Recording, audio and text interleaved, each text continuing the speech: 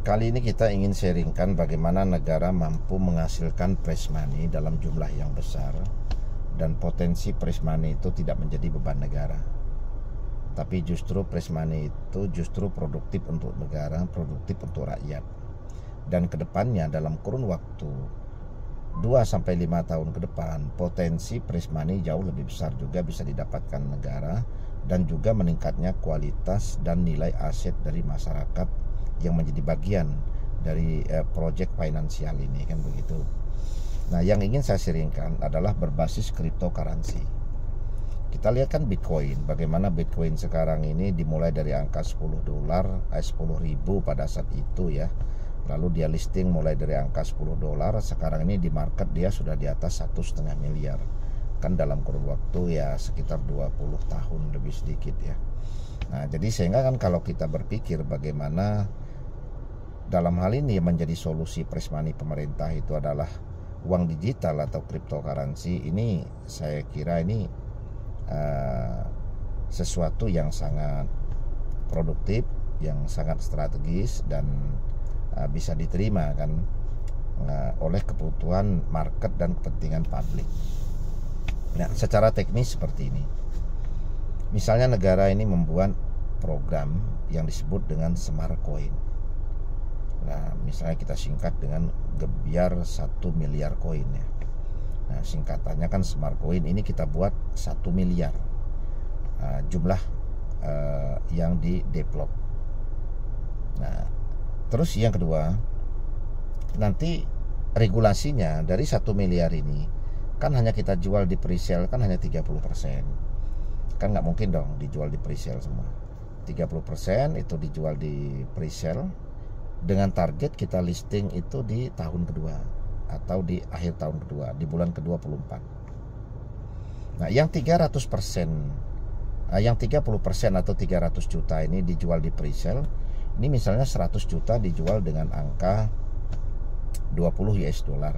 Yang 100 juta dijual dengan angka 30 US dollar misalnya kan. Lalu yang 100 juta yang terakhir kita lepas misalnya di angka 50 US dollar. Nah, dengan perhitungan itu sudah saya simulasikan potensi press money yang bisa didapatkan itu kan sekitar 180 triliun rupiah ya. Nah, ini kalau yang kita jual hanya 300 juta Smart Coin. Nah, yang kita simpan, yang negara simpan kan masih 700 juta. Tapi kan nanti ada untuk royalti tim develop, ada royalti tim marketing dan lain sebagainya. Ya anggap aja negara nanti menyimpan 500 juta. 500 juta yang disimpan oleh negara ini pada saat listing nanti target kita listing di bulan ke-24, open market itu atau open price-nya itu di listing itu dengan harga 100 US dollar. Nah, dengan kita targetkan open price-nya di harga 100 US dollar, maka para holder yang di awal ini kan tertarik untuk membeli. Nah, masyarakat ini akan banyak yang berminat menjadi holder. Nah, efeknya adalah press money terkumpul. Negara punya solusi. Tetapi ini bukan hutang. Ini negara tidak merugikan masyarakat, tapi masyarakat ini produktif, aktif. Kenapa kita yakin? Kenapa? Omset judi online, omset Ponzi, money game, ini setiap tahun ini kan juga ratusan triliun. Dan ini masyarakat dirugikan. Kenapa? Karena masyarakat menanamkan harapan. Masyarakat menginginkan peningkatan nilai, peningkatan kualitas hidup dan kualitas ekonomi. Nah, inilah yang membuat kenapa banyak masyarakat terjebak dalam praktek judi online, terjebak di dalam praktek Ponzi atau money game. Maka negara hadir dengan solusi. Kalau negara hadir dengan solusi, otomatis segala instrumen yang ada di negara itu pun akan ikut mendukung dan bergerak. Nah, jadi sehingga pada saat listing nantinya target itu insya Allah bisa tercapai. Lalu bagaimana langkah teknis atau strategi teknisnya supaya bisa mencapai target listing itu dan eksis nanti di market? Kan satu, kita buat underline yang jelas. Nah, yang kedua, kita buat landing project yang jelas, yang melibatkan instrumen negara, yang melibatkan berbagai stakeholder yang ada dari korporasi ya, yang ada di dalam negeri, itu nanti kalau transaksi nanti bisa menggunakan smart coin misalnya kan. Jadi dia punya fungsi. Nah, dengan dia ada punya fungsi ini tentunya volume untuk terjadinya holder itu akan besar karena akan semakin banyak orang yang membutuhkan. Nah, lending project udah kita siapkan. Bagaimana potensi holder akan maksimal. Kenapa? Karena mereka membutuhkan smart coin sebagai utilitas mereka. Terus yang ketiga, kita akan buat juga misalnya lending project dari berbasis software, game online, game edukasi dan lain sebagainya, yang betul-betul punya nilai edukasi ya, bukan untuk permainan. Nah, sehingga ini akan membuat volume transaksi menggunakan smart coin ini juga tinggi. Nah, jadi lending project ini menjadi penentu. Di samping keterlibatan semua instrumen yang ada di lembaga pemerintah yang akan berperan menjadi holder, terus semua kelompok-kelompok mahasiswa yang ada di luar negeri itu juga nanti dilibatkan. Bagaimana menjaring holder dari luar, bagaimana menjaring holder dari berbagai belahan dunia, dari berbagai negara tempat mereka kuliah ya. Nah, ini akhirnya ekosistemnya besar. Dengan ekosistem yang besar, volume transaksi untuk memfungsikan smart coin ini juga tinggi, ya otomatis target kita bisa mencapai di angka 1000 US dollar di tahun kelima. Ini bisa tercapai. Maka potensi negara akan mendapatkan lagi prize money secara bertahap. Kalau sudah listing, itu ribuan triliun. Kenapa? Karena negara kan punya simpanan 500 juta smart coin. Nah, jadi ini adalah sebuah solusi. Jadi kita tidak harus berhutang menjual SBI, kita tidak harus berhutang terus di IMF, di Bank Dunia, di negara-negara tetangga, di negara maju. Sementara di satu sisi banyak masyarakat kita ini sebenarnya menjadi investor bagi para mafia, bagi para kelompok-kelompok kartel online dari negara lain. Nah, ini kita tidak menyadari itu. Nah, ini negara harus menyadari dan menangkap peluang ini untuk mencegah kekayaan masyarakat kita ini tergerus terus, terkuras terus ke berbagai belahan dunia, dibawa oleh kelompok-kelompok orang yang memang tahu persis bahwa masyarakat kita ini adalah masyarakat yang potensi dijadikan cannibalism market. Nah, ini negara harus hadir. Nah, negara hadir ini dengan solusi yang produktif. Negara hadir ini dengan solusi menciptakan potensi solusi prize money untuk negara, tetapi rakyat ini senang, rakyat diuntungkan. Kenapa?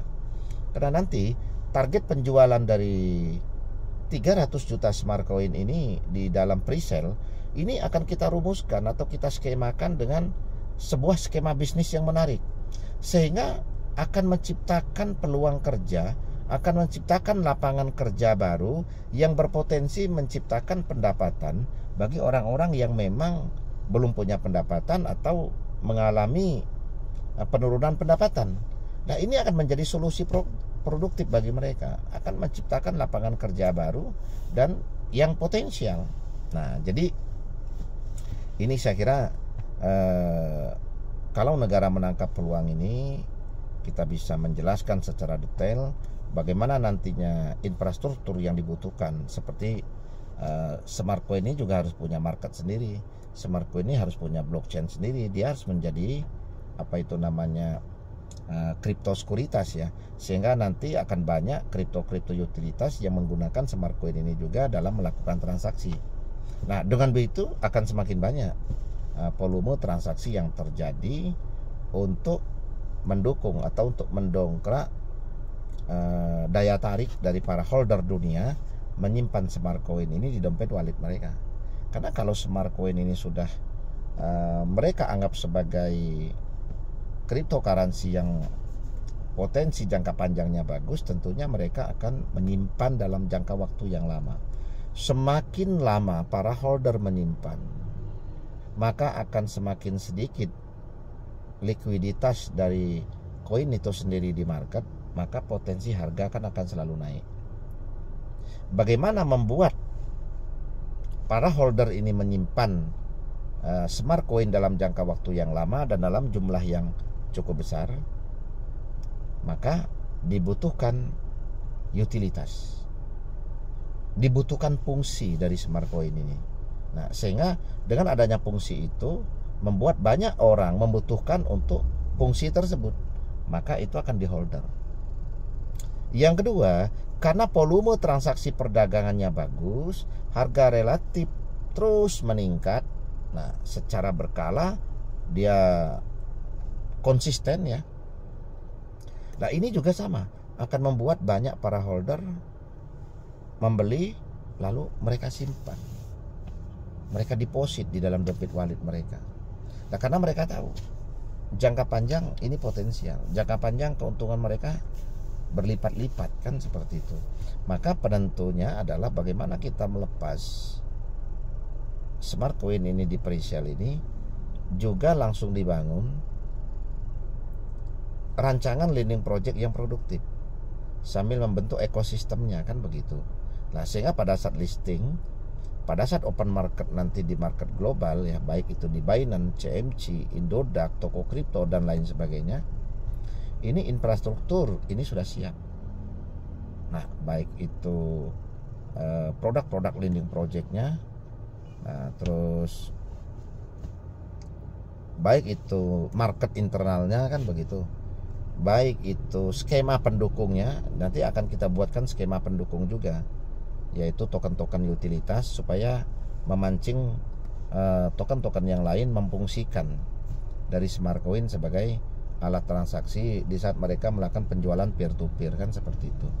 Nah, jadi konsep ini secara detailnya nanti bisa kita jabarkan. Tetapi yang jelas, kesimpulan yang ingin saya sampaikan ya kepada kita semua dan kepada pemerintah, negara ini jangan selalu berhutang yang berpotensi menjadi beban, sementara masih ada potensi dan solusi lain yang bisa diambil, yang bisa dilakukan, yang bisa dieksekusi. Yang kedua, masyarakat Indonesia adalah masyarakat yang peduli, masyarakat yang punya potensi nilai kekayaan, punya potensi nilai moralitas, tetapi juga punya potensi nilai yang kontraproduktif, gampang ditanamkan harapan, gampang tergoda dengan rasa tamak. Nah, akhirnya menjadi kanibalisme market, sehingga banyak menjadi korban ponzi, banyak menjadi korban money game atau cryptocurrency abal-abal ya. Dan ini setiap tahun itu puluhan triliun, bahkan bisa ratusan triliun kalau semua sistem itu digabungkan omsetnya, kan. Nah, belum lagi korban judi online. Nah, ini kan karena tamak dan males ya, sehingga ngambil langkah gambling. Nah, ini warga atau masyarakat ini harus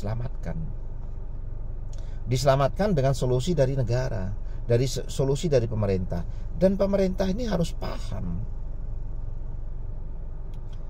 paham kebutuhan bisnis kekinian, kebutuhan masyarakat yang tren, untuk mereka meningkatkan hasil mereka, untuk mereka menciptakan pendapatan mereka.